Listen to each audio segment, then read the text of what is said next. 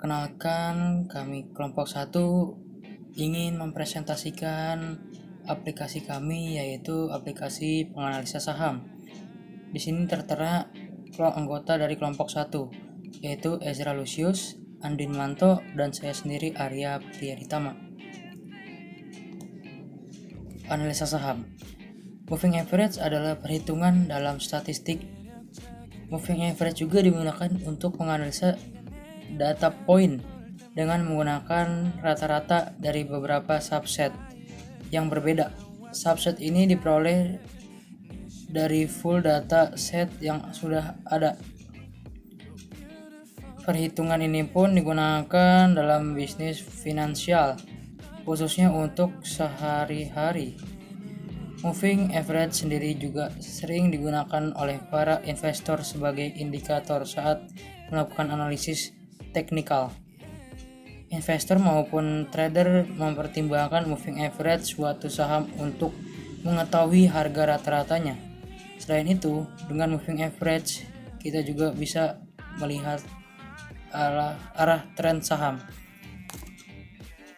Alasan mengapa kami membuat aplikasi ini yaitu saat ini investasi saham sangat diminati oleh lapisan masyarakat, terlebih oleh kaum milenial yang saat ini sedang banyak menjadi investor saham.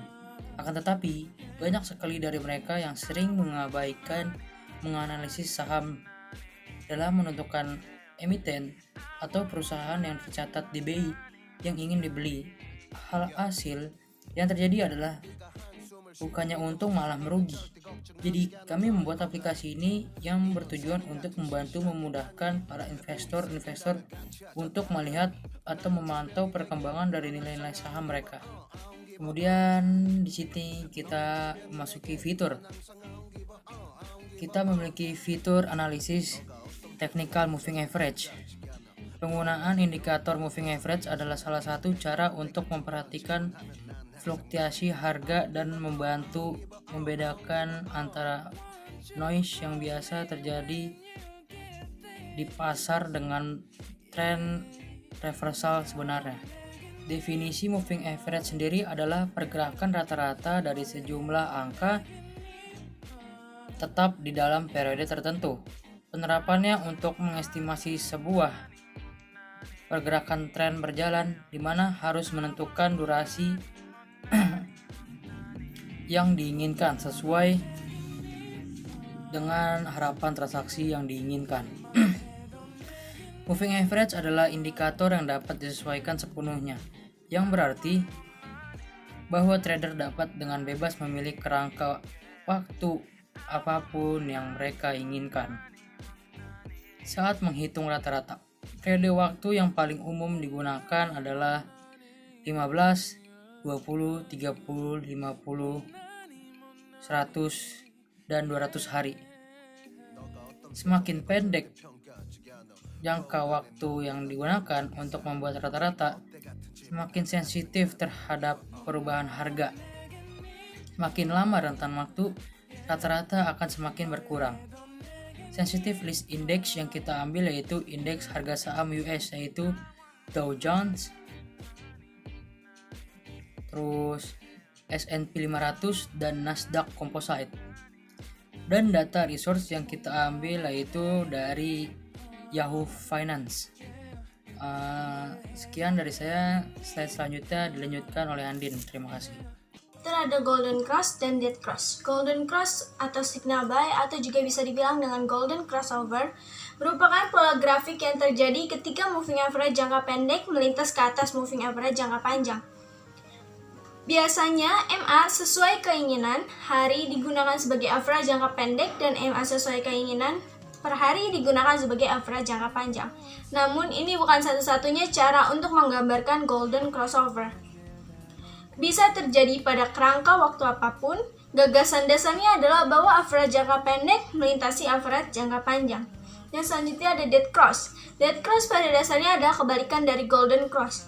Merupakan pola grafik di mana MA jangka pendek melintas ke bawah MA jangka panjang. Misalnya MA-nya 50 hari melintas ke bawah MA yang 200 hari. Dengan demikian, Dead Cross biasanya dianggap sebagai sinyal bearish. Selanjutnya ada inovasi aplikasi yang dibuat. Inovasi dari aplikasi yang kami buat ini untuk membantu menganalisis pergerakan harga aset. Indikator saham ini kerap digunakan pemula hingga tingkat mahir di dunia trading. Karakteristiknya diibaratkan sebagai filter bagi fluktuasi harga jangka pendek yang bermunculan secara acak. Di antaranya, manfaat yang dirasakan untuk menggunakan analisis moving average ini ada 3. Yang pertama ada alat konfirmasi tren, yang kedua ada menentukan titik support atau resistance, dan yang terakhir atau yang ketiga adalah menentukan sinyal sell atau buy. Selanjutnya ada penjelasan dari materi coding yang kami pakai. Library yang digunakan itu ada datetime, ada matplotlib, pandas, dan juga data reader. Nah, dari masing-masing ini ada pengertiannya. Yang datetime pada Python digunakan untuk melakukan sesuatu mengandalkan waktu. Kita bisa menggunakan fungsi yang disebut datetime now dalam kurung tutup kurung untuk mendapatkan waktu sekarang. Matplotlib adalah salah satu library Python yang komprehensif serta berguna untuk membuat visualisasi data yang statis dan interaktif dalam bentuk 2D maupun 3D. Yang selanjutnya ada pandas. Pandas adalah sebuah paket library pada Python yang digunakan untuk mempermudah dalam mengelola dan menganalisa data-data terstruktur. Pandas merupakan paket penting yang wajib diketahui untuk seorang data engineer, data analyst, dan data scientist jika ingin mengolah dan menganalisis dalam menggunakan Python. Yang terakhir atau yang keempat, ada yang namanya dengan data reader. Adalah kategori luas objek yang digunakan untuk membaca data secara berurutan dari sumber data. Terima kasih kepada Andin yang sudah menjelaskan tentang program kami, fungsi dari program yang kami buat, dan library apa yang kami gunakan pada program kami. Dan saya di sini akan melanjutkan tentang materi penjelasan coding yang kita pakai. Di sini bisa kalian lihat, di sini kita ya menggunakan ekstensi bahasa pemrograman Python, dan di sini saya akan menjelaskan hal-hal yang penting dalam codingan yang kami pakai. Pada yang pertama yaitu ada di sini plt.style.use.dark_background. Nah, di sini berfungsi untuk menampilkan warna background pada layaran output yang nanti ditampilkan oleh program kami. Di sini ada juga MA1 dan MA2 yang berfungsi sebagai pemuncul atau pembanding supaya akan memunculkan yaitu buy signal dan sell signal. Di sini MA1 dan MA2 juga berfungsi untuk pergerakan pergerakan rata-rata harga pada saham yang ingin dianalisa. Di sini ada string start dan string end, itu berfungsi untuk menampilkan waktu atau chart time-nya. Di sini ada dt.datetime.now dan dt.timedelta days sama dengan 365 kali 3, itu yang berfungsi nanti akan menampilkan waktu pada chartnya yaitu 3 tahun ke belakang, dan dia akan berjangka selama 3 bulan sekali. Nanti ada 3 bulan yang akan muncul pada layaran outputnya nanti. Di sini kita menggunakan perulangan for seperti biasa yang kalian tahu, perulangan for, dan di sini ada fungsi stock. Di sini ada string stock yang berfungsi untuk saham mana yang ingin dianalisa oleh program kami.